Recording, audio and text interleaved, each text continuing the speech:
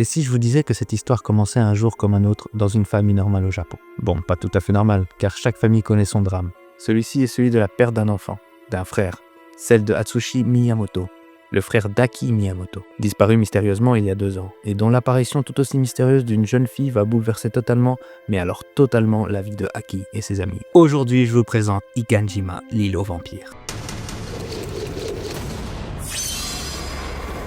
Ikanjima.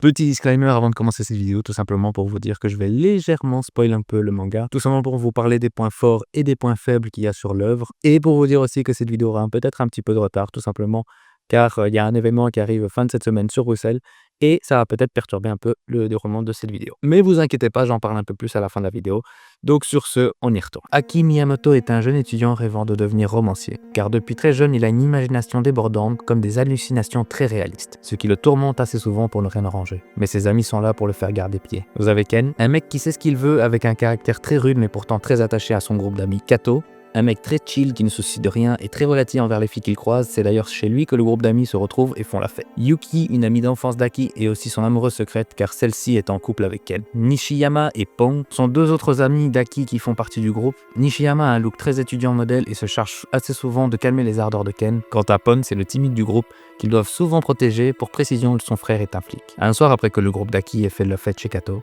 Aki entend une personne au dehors et se retrouve devant une femme épuisée. Et elle lui dit qu'elle l'a enfin retrouvée avant de s'écrouler. Aki remarque que la femme a 2 petites morsures sur le cou. Ce que le groupe trouve ça très étrange et un soir il décide de suivre cette fille et une personne très suspecte qui l'accompagne.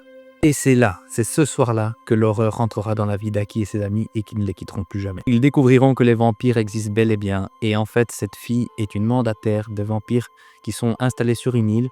Et elle est chargée, en fait, d'aller trouver des groupes de gens, des groupes d'amis, des garçons, des filles et tout ça, et de ramener le plus de gens possible, tout simplement pour aller direction dans cette île à vampires, pour des raisons que vous verrez plus tard. Elle expliquera au groupe qu'elle s'appellerait Ayamoto, et que sur cette île, il y aurait possiblement la présence du frère de Aki, qui aurait disparu il y a 2 ans déjà. Cette information fera sens à Aki, et en attendant la fin de ses études, donc le résultat de leur diplôme à chacun, donc tous ceux qui sont dans le lycée, ils vont se préparer pour cette excursion qui sera le sauvetage du frère d'Aki. Mais l'horreur ne fait que commencer, donc bienvenue à Ikanjima, l'île des vampires. Après cette introduction au personnage, on va faire quelques petits points pour ne pas trop spoiler les futurs lecteurs de l'œuvre. Il faut savoir que l'introduction au manga va être peut-être un peu longue au niveau du premier tome, mais si vous enchaînez les 2 premiers tomes, voire le 3e, c'est vraiment à partir de ce tome 2 et tome 3 que là, l'ambiance va vraiment décoller. Vous allez avoir une vraie pression au niveau de l'horreur. C'est vraiment cool ça. Vous aurez aussi bien sûr quelques petits plans au niveau de l'île en comparaison avec les héros principaux, tout simplement parce qu'il y a une histoire qui se passe là-bas aussi. Donc vous aurez différents points de vue, c'est vraiment cool. Et je dirais que ces points forts du manga seront vraiment appréciables jusqu'au tome 7. Parce qu'au tome 7, il va se passer des petites choses qui vont être un peu redondants en points négatifs. Et ça, je vous en parle un peu plus tard. D'ailleurs, pour ce point-ci, que serait Ikanjima, l'île des vampires, sans vampires? Ici, les vampires seront les créatures qui feront obstacle aux héros principaux. Donc, comme chaque caractéristique, vous avez la force d'un vampire, ils sont terrifiants, quasi immortels, mais vous avez des détails sur ces vampires qui sont assez particuliers. Donc, leurs morsures vous paralysent, elles vous troublent la vue et vous font uriner. Oui, les morsures de ces vampires relâchent toutes les glandes aqueuses de votre corps, donc vous avez les larmes qui coulent, le nez qui coule, et vous avez la vessie qui coule en fait. Donc chaque fois qu'un vampire va commencer à mordre quelqu'un, il va se pisser dessus. Et donc ça, c'est aussi un point qui me fait rire. C'est pas forcément pour ça, hein. Ce qui me fait rire, c'est tout simplement parce que vous allez suivre la lecture, vous allez être au chapitre, au tome 10 ou au tome 11, et là vous allez voir un vampire qui va mordre quelqu'un et vous avez oublié en fait ce petit phénomène, ce petit acte là, et en fait vous allez voir que le mec il se pisse dessus. Donc ça, c'est quelque chose de notable, je trouve, et quelque chose qui peut s'oublier au fil des tomes, et que quand ça va se repasser, moi ça me choque toujours autant et ça me fait un petit sourire quoi. D'autres points spécifiques de ces vampires, c'est tout simplement qu'ils ont les yeux noirs. Mais comparé à d'autres vampires, ça va pas forcément les avantager. Tout simplement parce qu'ils voient encore moins que d'habitude. Donc si vous êtes face à face avec un de ces vampires dans l'obscurité, il verra rien. Quasiment rien en tout cas, mais bon, ils ont d'autres sens qui vont les avantager, c'est tout simplement l'odorat et le fait de bien sentir le sang de la personne. Donc ils vont pouvoir vous suivre avec votre sang en fait. Vous avez aussi en particularité des décolorations de cheveux blancs et aussi leurs crocs qui seront toujours sortis, et ça ils pourront pas ce sera pas rétractable quoi en fait. Faut aussi savoir que les cheveux blancs et les cheveux noirs font surface quand la créature est excitée. Mais s'il n'y avait que des vampires simples, ce ne serait pas très drôle. Faites place aux ogres. Les ogres sont tout simplement des vampires qui n'ont pas eu assez de sang pendant plusieurs jours.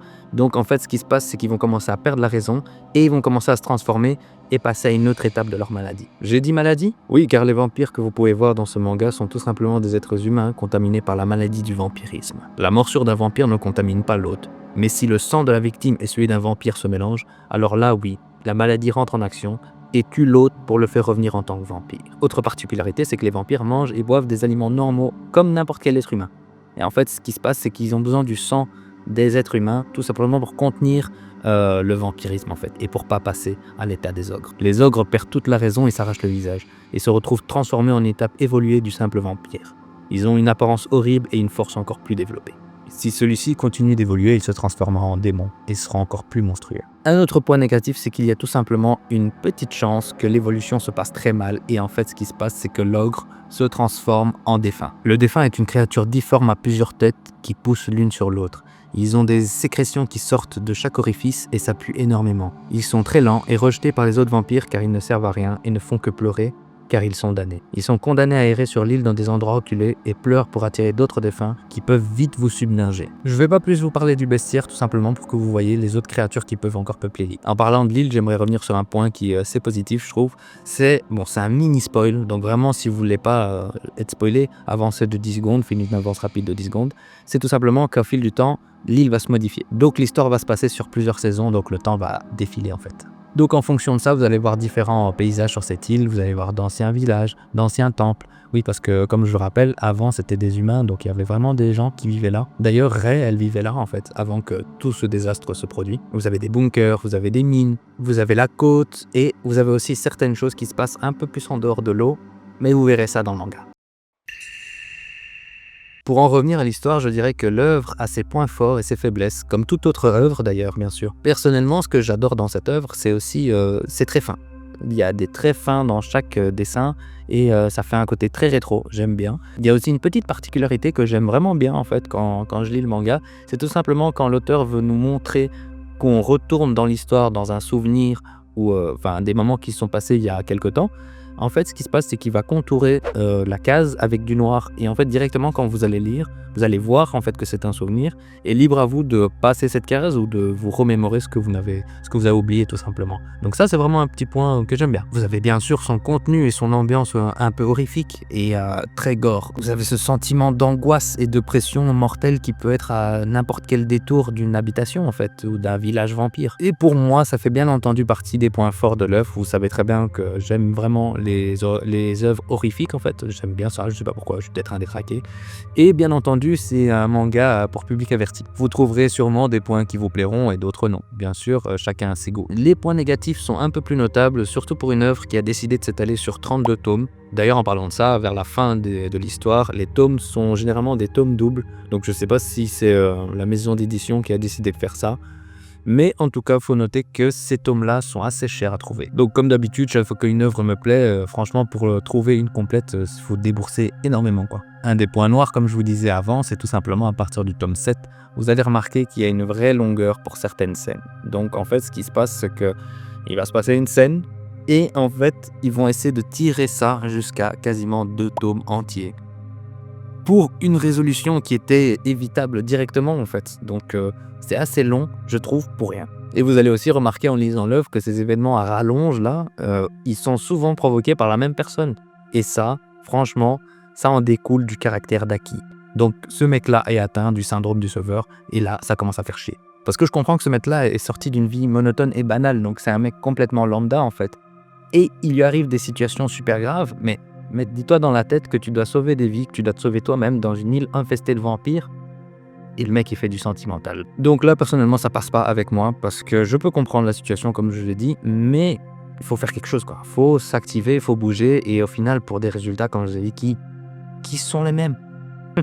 C'est clairement un scénario de limite fin du monde, où les gens doivent survivre, doivent faire des choses qui sont moches, justement pour survivre. Donc dites-moi en commentaire si vous voyez un peu ce que je veux dire sur cette situation-là. Et pour ceux qui ont lu le manga, dites-moi si vous voyez ce que je veux dire par rapport à Aki. et de son syndrome du sauveur, quoi. Voilà, vous avez 2 minutes top chrono pour mettre en commentaire si j'ai raison ou tort. Et pour les autres, n'hésitez pas à vous abonner, à liker, à partager la vidéo, ça fait toujours plaisir, ça aide la chaîne. N'hésite pas à me suivre aussi sur Instagram, j'ai les liens qui sont juste en dessous. Et en attendant les retardataires en commentaire, je vais juste terminer avec ce petit point négatif par rapport aux personnages secondaires. Je les trouve un petit peu à la ramasse en comparaison à certaines personnes sur l'île. Et c'est un point que j'aimerais que ça se modifie un petit peu. J'ai pas fini l'œuvre, mais je suis bientôt à la fin. Et on entame tout simplement la conclusion de cette vidéo. Donc en conclusion, je vais juste vous dire que pour moi, cette œuvre-là, donc Pikanjima à l'île des vampires, est dans ma découverte. C'est ma première découverte incontournable de l'année 2025. J'ai vraiment adoré ce titre. J'aime vraiment bien. Comme je l'ai dit, ces traits qui sont très rétro. L'ambiance, j'adore ce genre d'ambiance, c'est vraiment dingue. J'aime aussi le fait qu'il y ait plus de 30 tomes, donc moi qui suis un peu un collectionneur, donc je suis minime dans la collection, mais 30 tomes, j'adore ça. Bon, il faut aussi que l'histoire tienne bien jusqu'à la fin, et là où j'en suis, je suis au tome 20, et ben, je trouve que l'histoire, elle commence un petit peu à être redondante pour certains points que je vous ai dit juste avant, mais je suis toujours dedans, donc c'est vraiment qu'il y a quelque chose qui est bien. En espérant que les éditions Soleil Manga nous fassent une réédition et donc que ça puisse être retrouvable plus facilement plutôt qu'acheter les derniers tomes à 100 €, 150 ou voire 300 parce que oui, il y a des gens qui vendent soit 300 €. Donc pour moi, c'est une vraie petite pépite pour cette année, pour ce lancement d'année 2025. Donc voilà, jeunes gens, j'espère que cette vidéo vous aura plu comme d'habitude. Et donc je vais juste revenir sur le point de l'événement qui se passe à Bruxelles. Donc c'est tout simplement la Made in Asia qui est du 7, 8 et 9 mars. Ici à Bruxelles, et donc moi je vais y aller le 7 et le 9. De toute façon, quand vous verrez cette vidéo, ce sera déjà fini. Et ce que j'ai comme projet, j'espère que ça se passera bien, c'est que j'aimerais faire une vidéo de là-bas, directement de là-bas, et donc faire une espèce de vlog, on va dire ça. Mais bon, là je vais sur des pincettes parce que je sais pas si ça pourra se lancer, si j'aurai assez de matière, si je pourrais filmer encore des bons moments ou quoi que ce soit. Et donc de là, il faudrait voir aussi au niveau du montage, combien de temps ça me prendra. Mais sinon, si tout se passe bien, vous aurez la vidéo la semaine prochaine, donc lundi. Voilà, en soi, j'espère que ce nouveau format de vidéo t'aura plu. J'essaie de faire des petits trucs un peu de ce style-là. Et voilà, je pense que c'est tout pour moi. Salut!